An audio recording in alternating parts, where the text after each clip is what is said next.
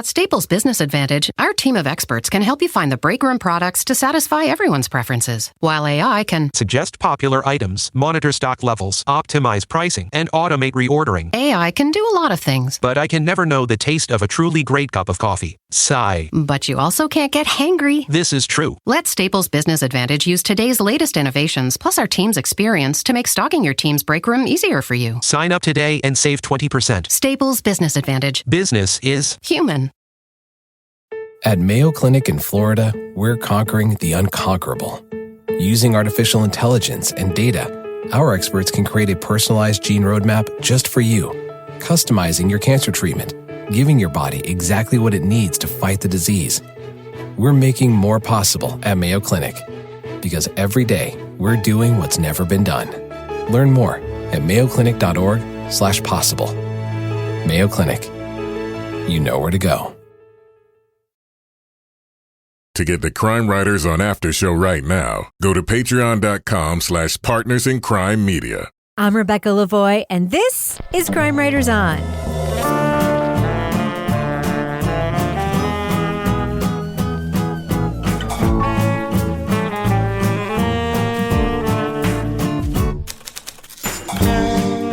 Crime Writers On is the original true crime review podcast that digs into true crime, pop culture, other podcasts. And on this episode, the 1970 shooting of a Wisconsin man should have been an open and shut case, but it led the victim's niece on a decades-long search for the truth. We'll revisit our epic review of the podcast MANslaughter. Joining me to get that done and more is true crime author, TV journalist, and host of These Are Their Stories podcast, my husband and love of my life, Kevin Flynn. Hey, Kevin. Hello, Rebecca. What are we going to hear today in today's classic Crime Writers on Rewind? Well, we're going back to April 12th, 2021. Doesn't seem that long ago, but we're going to talk about our review of the dumpster fire, MANslaughter. Our famous review of MANslaughter. Yeah, this one was, no spoilers, but if you've listened, we have called back to, well, what was a pretty bad podcast. You hated this one. I think we all you got to listen again, and I think the longer we talked about it, the more we realized that it wasn't just bad, it was epically bad. Have you listened back to make sure that we all actually hated it, or just remembering that we hated it? Oh, that's like not disputed. That's like, do you remember what your birthday is, or do you have to look it up? Okay. Let's take a listen. The light burning in the den snaps off. A shadow passes the windows, heading up the stairwell. You can see more than one person upstairs. Then there's movement in the master bedroom. Voices. Laverne Stordock was a beloved lawman in a small Wisconsin town. In 1970, he was shot to death in his bedroom. When his wife Suzanne admitted to pulling the trigger, it seemed like justice would be swiftly served. The key reason they reduced the charge against a self-confessed killer from first-degree murder to manslaughter and then cut her a deal. That factor alone makes it quite difficult for the state to argue that the defendant was not suffering from mental disease at the time of the shooting. The murder haunted Laverne, also known as Vernie's niece, Dorothy Marsick. An academic turned amateur investigator, Dorothy, decades later looked into the old case to see if Suzanne really did it and whether others also died by her hand. I went there wanting to know who murdered my uncle.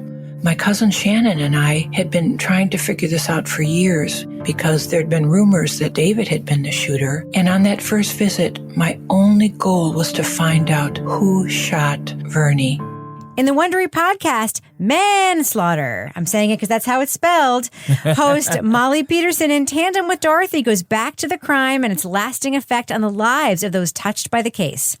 This series is heavy on actor performances, moody music, and Dorothy switching between interview guest and scripted narrator.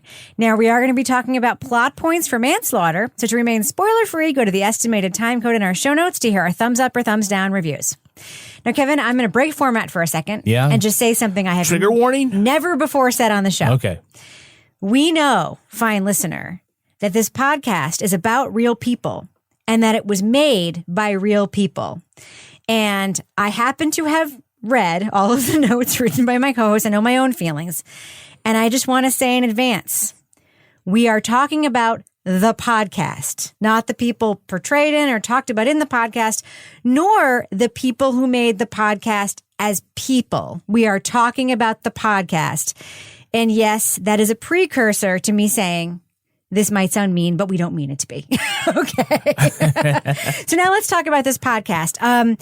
So let's all the stupid, dumb people. Let's just talk about it. So, Toby Ball, let's just start with like one thing. I mean, I think it's fair to say this podcast has a lot of things that we have talked about in our criticism of other shows. It perhaps has all of the things we've talked about in our criticism of other shows. But one of the things that really struck me in episode 1 was the graphic description of the crime scene after Vern was shot. There seems to be this protracted description of blood, brains, tissue everywhere. Much of his head was gone, blown off. Blood, brains, and tissue were everywhere, splattered across the walls and floor, staining the purple bedspread, stuck to the floral wallpaper. How did you feel when you heard that? Did you feel like you were being set up for something great or something not great? You know, I've almost even forgotten about it just because so much other stuff happened between when I heard that and now that we're talking. But it was a little bit, I don't know. I was driving somewhere and I was like, man, they're really like spending a lot of time talking about brains and, you know. Extra, I think is the word viscera. You're looking for. It was extra. Maybe that boded ill at the moment. I don't think I necessarily knew exactly what was about to unfold before my ears. But it wasn't promising. Kevin, your thoughts? Oh, I was like, Jesus fucking Christ. You know, people are going to listen to this, right? Like right from jump, I thought, this is going to be a problem. We had like in the first 2 minutes, reenactments and sound effects and writing that was over the top and then a double narrator come in. And I was like, oh my God, what did I get us into? We'll talk about that in the after show. Yeah, talk about that in the after show. That was a similar thought that I had. Yeah. But it was, what did Kevin get us into? But, I mean, there are bigger things we could talk about here. But, I mean, the sound effects, like it's a Wondery podcast. Wondery has a certain style. I think this was sort of a lot of that style turned up to 11. Do you know what it was? What? It was like, you know how with a lot of Wondery podcasts, there's like some things that were like, well, this was good and this was good and this was good, but these other things were bad. It was like all of the bad things were the whole thing. Like that's like how it struck me. It was, to me, it felt like someone had listened to our show and was like, well, I'll show them. I'll do all of the things. It did. It was like an elaborate troll based on our previous episodes. Or like somebody had entered it into like a computer. An AI, and right? Yes, like you said, Rebecca. And like real people didn't actually make it. Yeah. And it just spit it out because it was, I mean, you said it's all the things we say not to do, but it was like magnified. Like, yeah. I just have to, I'm sorry, it's like bothering me. Where did they get these actors? Yes. They're like, so-and-so was a lady of the town. And I'm like, what the fuck is this? Like that one scene. Donna Briggs, daughter of Mr. and Mrs. Laverne Stordoff, was honored recently at a dinner party at her home. Miss Briggs is spending 2 weeks in New York with the Wallace family before she and Wendy sail for England. When they were talking, I'm like, is this real? And then she came here. I'm like, what is this? Laura, what the fuck is this? But Laura, one of my favorite things about the use of actors in this podcast is that they use actors so glibly, but then sometimes they use actors, but then make them sound like real people and then put phone tape sound effects on them. Why filter it to sound like it's on a phone? Who is who? And they don't tell you. Yeah. And then every once in a while, they're like, so-and-so is going to be played by an actor. I'm like everyone else wasn't played by a freaking actor?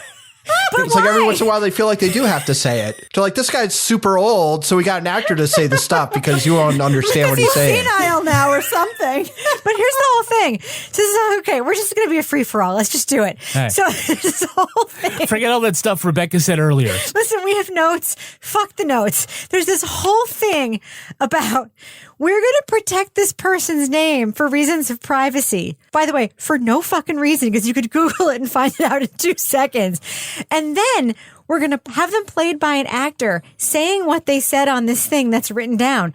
But then we've told you they're going to be played by an actor, but we're going to add a sound effect to sound like we talked to them on the phone. See, the problem, this in all seriousness is One of the fatal sins. The use of actors sometimes is necessary, especially when you're talking about a case where there's no audio tape or video from the time. It's all documents. Okay, so I understand the desire to use that, but they also use it so much, and they also use actors filtered like they're on the telephone, and they also use real people on the telephone. And when you start to hear a different voice, it really, you didn't know whether you were listening to an actor or a real person at first, and you didn't know how to evaluate what they're saying. Yeah, because there's one moment, and I said to you in a conversation I will talk about in the after show that I had with you about our marriage and you making me listen to this podcast, I said, my favorite character in this whole thing was one of Vern's daughters, who they have a very brief piece of phone tape with, where she's like, you mean, how do I feel about the woman who stole my fucking inheritance? Where I'm like, I love that woman. She should have been in it more. And Kevin was like, how do you know that was actually her? Well, that's the thing. And then even the lady that's the niece, who's allegedly like the co-host. Who cares so much, right? I think, but I'm not totally sure, is basically reading excerpts from her book that she wrote in like 1970. Yes. Maybe. But then every once in a while, she's talking from a script, but I'm not really sure when. But the book thing, I was like, so they're just reading long excerpts from the book. And then I think they're also taking long excerpts from the book with the actors. Yes. But there's at least one moment where she's clearly responding to a question. Yes. And she's talking naturally.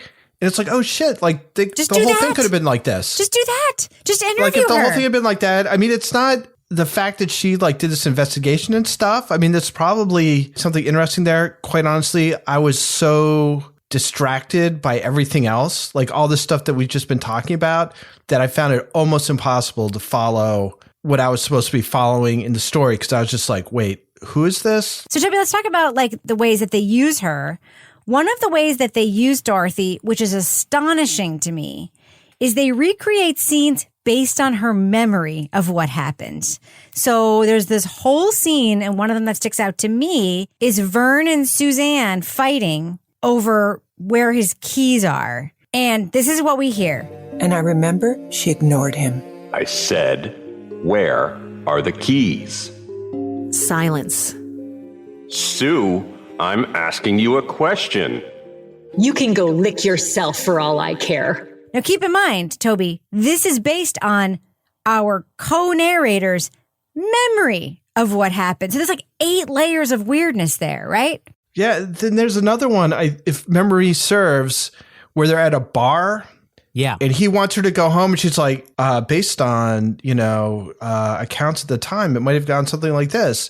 And then essentially the conversation is, it's time, we got to go. I don't want to go. And then they move on to the next thing. Based on the police reports, this is how it might have gone down. I don't care what you think, Sue.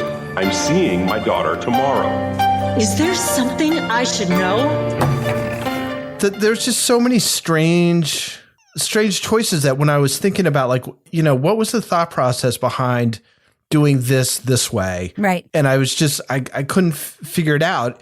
And then I'd be thinking about that for like 3 or 4 minutes and would have no clue. And then when I'd kind of like come back to what was going on in the story, it would just be some actor talking about something and I would be lost. It's your cousin, Dorothy. Yes. Toby, like Dorothy in The Wizard of Oz. Dorothy. So I just want to, before we get to the most problematic thing that I think happens in the show, which I think we all agree is, Kevin, I want to talk about the second most problematic thing, which when I listened to it, I was like, oh, this is definitely going to be the most problematic thing. I was wrong. Was this weird couching around domestic violence, right? So we have this, it's really debatable what the internal machinations of this relationship were between Vern and Suzanne. I think it's extremely debatable, right? Because we hear a lot of things about Vern, which sort of signal that he's this like very narcissistic, charismatic, big guy. Then we hear about this troubled relationship. And then there's all this speculation about maybe Suzanne was the abuser. And then you have all these experts saying like, well, occasionally the woman can be abuser, but we always want to believe the woman. I just found the whole, like, so many times they make the choice to just portray not just Suzanne, but like the whole like vixen trope, the abusive vixen trope, without any supporting evidence other than Dorothy's feelings about it and the embittered kids like feelings about it. Did you find that as problematic as I did, the way they sort of just even addressed that issue? Third-hand investigation, sort of. Yeah. What do you think about my recollections? What do you think about my recollections about how my aunt treated my uncle? Yeah, I mean, I know the thing you're going to talk about next. Yeah, I mean, you do? There was some like value to some of that, and is it possible that this is one of those cases where the wife is the aggressor? Well, I mean, what evidence do you have? Well, she did shoot him, so... Did she? Or did she, right? That Dorothy says she didn't, and yet we're still investigating her. Right. What the actual fuck? Look, I do think it's important to tell the stories of women and trauma, but to quote our friend Dr. Marsha Chatelain, this is an imperfect vehicle for that.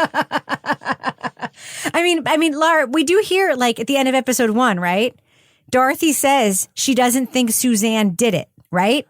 And then we spend 4 more episodes dissecting that Suzanne probably did it by like characterizing her love of life insurance money. I mean, the whole thing is like false advertising, because if you go online and you read the description of this podcast and what it promises to deliver, how a single bullet disrupted many lives with in-depth psychological analysis from the online course that I signed up for and got certified as. I mean, it's like nonsense. It's just nonsense.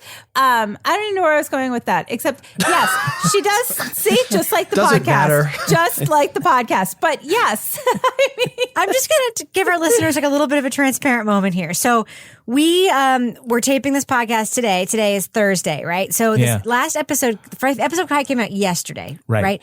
So we all like listened to this and we all were sort of slacking about it. And I didn't know, I mean, this is a long-ish podcast. So I was like, listen to as much as you can. We'll get it done. So yesterday I happened to catch up on the whole series on my walk. So I listened to episode 4, which was the very fucking boring insurance episode, which just talked about insurance policies for no reason for like a very long time. Mm-hmm. And then because my walk was long, I saw there was a new episode 5 and I started listening and I texted all of you immediately. And I was like, listen, even if you've only listened to episode 3, listen to episode 5. We have a lot to talk about. So let's just talk about what happens there, because Laura just indicated that it was troubling to her. We have our co-narrator / author of the possibly self-published book, who is apparently like a real academic with a real career, giving her uncle's wife, who she said didn't kill her uncle, but somehow implicates, but yeah, okay, a third-party psychopath evaluation on tape, even after the podcast specifically says to not do this way, then they do it anyway. The first criteria is glibness, superficial charm. When you first meet Suzanne, or even if you've known her for a while, she can be disarmingly charming and full of witty retorts, saying exactly what she knows you want to hear. Egocentric, grandiose sense of self-worth. I found a lot of evidence for this in the interviews that I did with people. I mean, in an interview she did with me, because she'd talk about going to court and wearing a mink coat and how wonderful she looked in it. Pathological. Toby, what were your thoughts about that? I couldn't believe that nobody told them that they shouldn't. Listening to a draft of it in the editing process, we're like, I don't think you guys want to do this. Even if you're going to make that jump and be like, hey, we're going to do this. It was like, here's one thing. Oh, I can think of one example that fits that piece of a psychopath. Like, they lie a lot. Oh, yeah, well, she lied about this one thing. So that means that's a 2 on a scale of 2. And they're narcissistic. Well, she thought she was very good looking. So that's another 2. And it's just like, are you serious? Like, are we supposed to take this seriously? And this was the point at which I went from being like, I don't know how I'm going to talk about this. I'm going to feel really kind of shitty because I feel like, it's probably with good intentions that this was made and it just happened to make a lot of bad decisions. That just seems so, especially, for somebody who's an academic, who's in academia, like, how can you be an academic and not understand that doing that is totally off? Like, that's just not, it's not happening. So that's a long way of saying I was like kind of horrified, and it changed me from just feeling kind of bad about the whole thing to being like, this is, beyond just like mistakes. It's just the whole sort of conception is wrong. How did it change you, Laura? I was walking while I was listening to it, and I was like, you fucking kidding me right now? So we're going through and I went to this course, and there's 22 points, but I can't tell you what they are. And I'm like, and I'm an expert in organizational psychology, which is literally like you come to your office and say, hey, you're a fast thinker and I'm a slow thinker. Maybe you shouldn't work together on a project. Yeah. And then they were like, oh, but then we have this guy, and no disrespect to this guy, but like, oh, and he works in a jail in Vermont and he's seen some psychopaths. I'm like, he is not somebody that is qualified to diagnose psychopaths. He's like, oh, I think she's a psychopath. And I'm like, this is like me getting my freaking printable cat detective license. I mean, like, and I'm more legit than these people. I'm just saying. Or like, Rebecca, didn't you get a minister license online? I did. To do a wedding? That's what this is. Jesus Christ, Laura, it wasn't a minister license online. I actually became a freaking justice of the peace, for God's sakes. In my state, I was certified. No, well, I was too. But no, there's the people, like I had a friend who went to Colorado to do a wedding, and she had to get like the online minister license. The person who married us did that. I'm like, that's what this nonsense is. But like, what the fuck? Well, so Kevin, there were two things about that episode that really struck me, aside from the irresponsibility of administering a third party based on recollections through the lens of somebody who already believes she's evil, fake psychopath test on tape with sound effects. That was like only part of it. The other part, Kevin, was that, first of all, they say in the podcast, you shouldn't do this. And then they do. But the second half of the episode is about how Suzanne, after this incident, had this whole very fucking interesting life. She got her law degree. She got accepted to the bar by like talking about this. She ran for office. She became a really respected professor that was like her students voted to be like the greatest teacher they ever had. She had this very interesting, rich life, a real relationship with her husband that, was her last husband. The keeper. Yes. The keeper. Like, so they spent half of the episode making the case that she's a psychopath. And in the second half of the episode, like, no, she fucking isn't. Like, she runs a law practice, like, helping women get out of shitty marriages. Like, yeah, I'm confused. I mean, what did you just think of the conceit and the construction of it? Kevin, we talked about... confused. Yeah, why? The whole thing became confusing. End of review. It was confusing from the start, Kevin. Why use a lot of words when that will sum it up? That's it. Just end of story. I was confused about everything. I think I was in a fugue state at that point. I don't even remember the stuff about the lawyer. Yeah, she became a lawyer, like a successful lawyer, and she ran for office. She didn't win, but she was like a Democrat, and her points were really good. And she was like, should I do this? I'm afraid my past will come out. And her kid was like, listen, your past comes out, it comes out. It's part of your story. Look at all you've accomplished, whatever. Like, do we think that was a real radio ad that they played? No, it was totally fucking recreated. District 44A needs the balanced leadership and understanding that a candidate like Sue Brandon offers. Paid for by Brandon Volunteers Committee, Paul Slayton, Treasurer. Do you think a psychopath would even care to ask whether or not this might come up? We're watching this thing with Matt Gaetz right now. Do you think an actual psychopath would give a shit if her daughter was worried about whether or not the past would be resurfaced? No. I don't know. I give her a 1 there. A 1. Not a 2. I'm going to say a 0.85. Look, if you think we're mean on this podcast, it's nothing like the 1-star reviews it's getting on Apple. For fuck's sakes, read them. But at least we're trying to like say why. Yeah. And I'm going to point to one thing. Last week we talked about the apology line, also from Wondery. Yes. And we all really liked it. And the one knock that we did have on it was we said that Marissa's story sounded too scripted. It didn't sound like she was telling her own story. The story itself was really fascinating, and it had a lot of great sound elements to support it and other interviews. This could have been kind of like that, although they don't have the same amount of tape, right? They don't have any tape, really. 0. They have 0 tape. But what it shares in common is sort of this sense that somebody came in, or multiple people came in. I don't know. There's like 20 people listed. So many people in the credits. So many people. That tried to polish and pull the way that this was going to sound, that it just sounds like a mess. It's a failure of concept, right? I mean, I think like Dorothy, like the Wizard of Oz, like she. Oh my God, I'm so sorry, Dorothy. If you're listening to this, I'm so sorry. I don't think this is your fault. I don't. Yeah, like she seems like a very nice person. Right. She's the person at the center, and she's neither used as the sympathetic witness, guest, commentator, nor as like, let's follow this amateur sleuth. It's kind of back and forth with both. And I just feel like I'm just envisioning the listening session where there were 15 or 20 people from corporate who are listening to this, and everybody threw in a note and everything got done, and there's just blood on everybody's hands. All right. Well, by the way, is anybody else confused about the fact that Dorothy and the person she thinks killed her beloved uncle like had a romantic email relationship? Anyone else think that was weird? And aren't they related? Yeah. Well, no, they're not related because he's related to Suzanne and she's related to Vern. So they're not related. But I will say the fact that, I mean, I wish they'd pointed that out. I don't mind that Dorothy disclosed that the email relationship got weird, but she never clears up. Listen, I didn't feel that way. That's just where it went, and it was weird. Like, it was like I didn't want to go to Disney World with him. The podcast just left it. They had a weird romantic relationship, but then we also heard her on tape saying she thought he killed this person. Anyway, we are where we are. It's just lost. Let's just do what we do very optimistically for the listeners who fast forwarded to this part to hear us give our thumbs up or thumbs down reviews.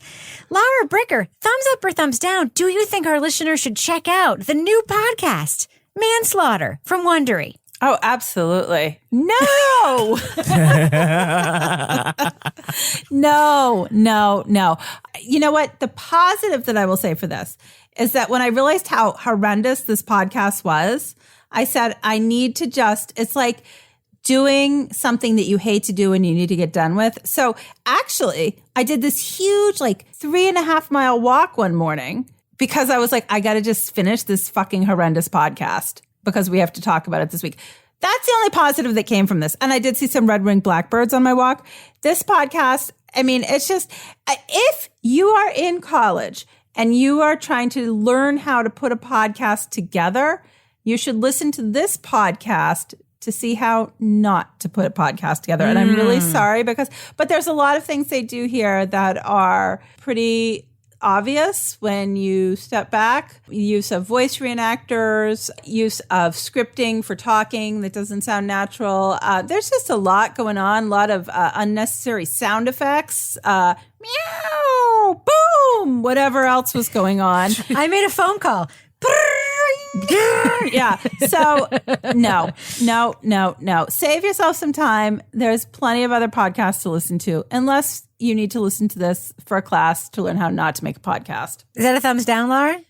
Yes. Toby Ball, what about you? Thumbs up or thumbs down for Manslaughter? I spent a lot of time trying to figure out how to talk about this trying to find sort of specific things to be critical of rather than just sort of this global, I don't think it worked in any way. But it was hard, man. It just seemed like it wasn't. They needed more thought put into it. They needed somebody to tell them no. In the end, maybe the problem was that they have what seemed like a good story, but it really didn't have the stuff they needed to put it together to be a podcast.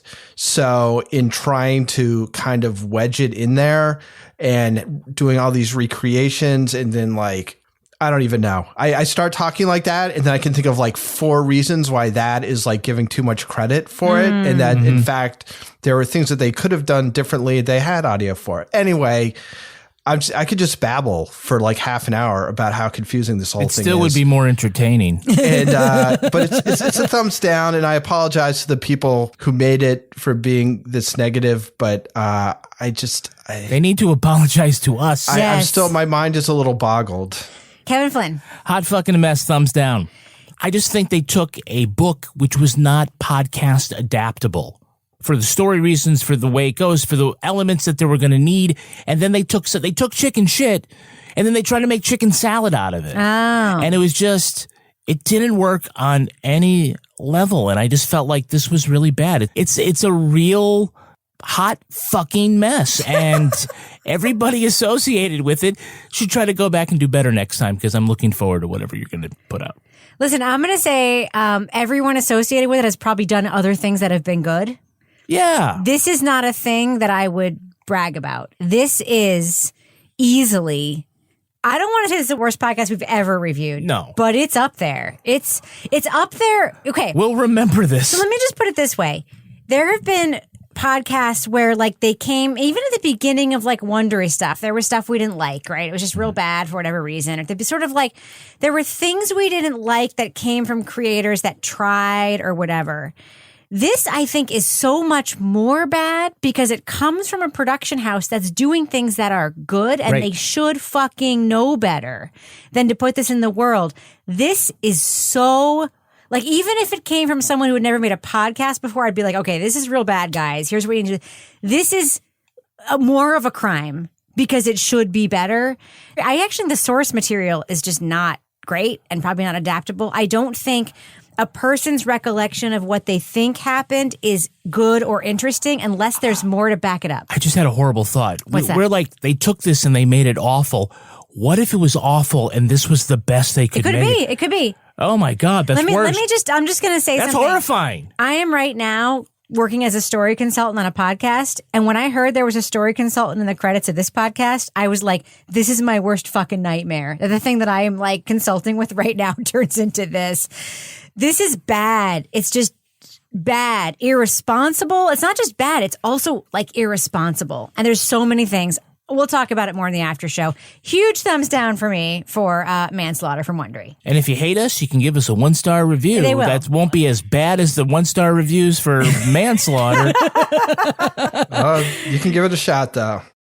At Staples Business Advantage, our team of experts can help you find the breakroom products to satisfy everyone's preferences, while AI can suggest popular items, monitor stock levels, optimize pricing, and automate reordering. AI can do a lot of things. But I can never know the taste of a truly great cup of coffee. Sigh. But you also can't get hangry. This is true. At Staples Business Advantage, we help you select from 2,000 breakroom products, so you can be sure there's something for everyone. Yum. Sign up today and save 20%. Staples Business Advantage. Business is human.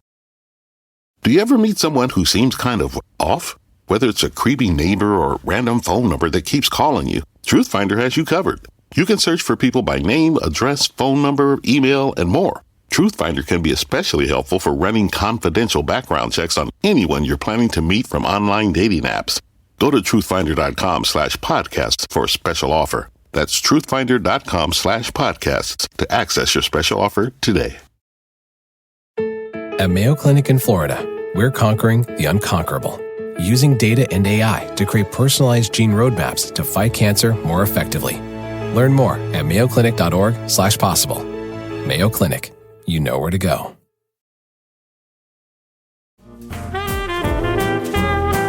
All right. You remembered it right. We hated it.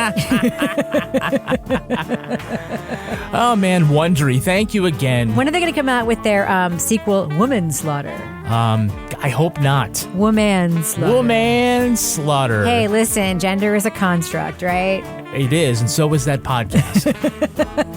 All right. Is that going to do it, Kevin? Yeah, why don't you read the rest of it? Well, this show was recorded in the Treehouse Yoga Studio above the Mockingbird Cafe in Bay St. Louis, Mississippi studio, otherwise known as Studio C, The Closet, in our New Hampshire basement, where we also make podcasts that no one has the guts to tell us are unlistenable. Fortunately. On behalf of all the crime writers, thanks so much for listening. We will catch you later.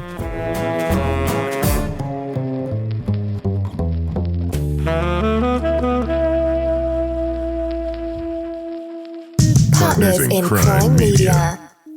At Staples Business Advantage, our team of experts can help you find the breakroom products to satisfy everyone's preferences, while AI can suggest popular items, monitor stock levels, optimize pricing, and automate reordering. AI can do a lot of things. But I can never know the taste of a truly great cup of coffee. Sigh. But you also can't get hangry. This is true. At Staples Business Advantage, we help you select from 2,000 breakroom products, so you can be sure there's something for everyone. Yum. Sign up today and save 20%. Staples Business Advantage. Business is human.